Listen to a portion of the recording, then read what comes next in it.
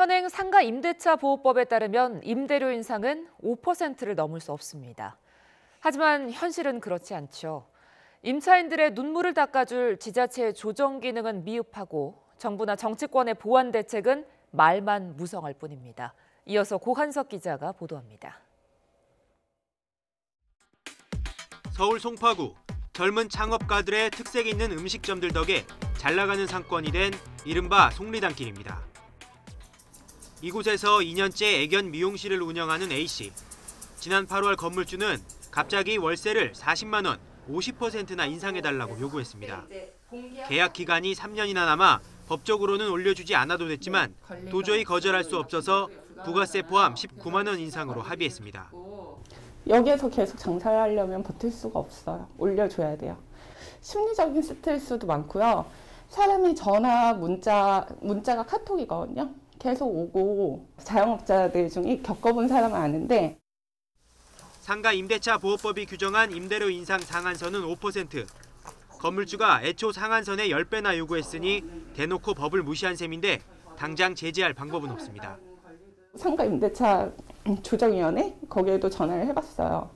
빨리 가게를 빼세요 라고 얘기를 하시더라고요. 근데 쉽지가 않아요. 가게를 함부로 옮긴다는 게 그렇게 쉬운 문제는 아니에요. 특히 계약 기간이 10년을 넘으면 이후에는 건물주가 2배든 3배든 임대료를 올려 다시 계약서를 쓰자 해도 사실상 어찌할 수 없습니다. 보호법에 도움을 못 받는다 하더라고요. 16년을 했으면 어떻게 했어요? 우리 단골이 얼마나 많았겠어. 안 줄였죠. 상가 임대차 보호법은 이렇게 강제력 없는 일종의 가이드라인 성격이 강합니다.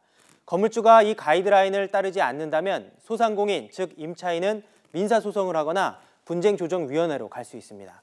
상가 임대차 분쟁조정위원회는 서울시가 2016년부터, 경기도가 지난해부터 운영을 하고 있는데요. 실적을 볼까요? 서울시 조정처리 실적은 올해 10월까지 132건으로 지난해보다 2배 가까이 늘었죠. 그런데 피신청인, 그러니까 건물주가 싫다고 하면 아예 조정 절차에 들어갈 수가 없습니다. 그렇게 된 비율 20%에 이릅니다.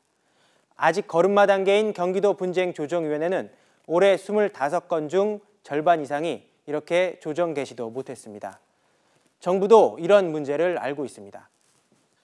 국토교통부는 1년 전 피신청인의 의사와 관계없이 조정 절차를 개시하도록 해 조정의 실효성을 높이겠다 이렇게 발표를 했죠. 그런데 여전히 변한 건 없습니다.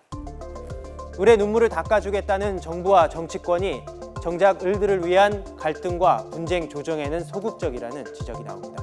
YTN 고한석입니다.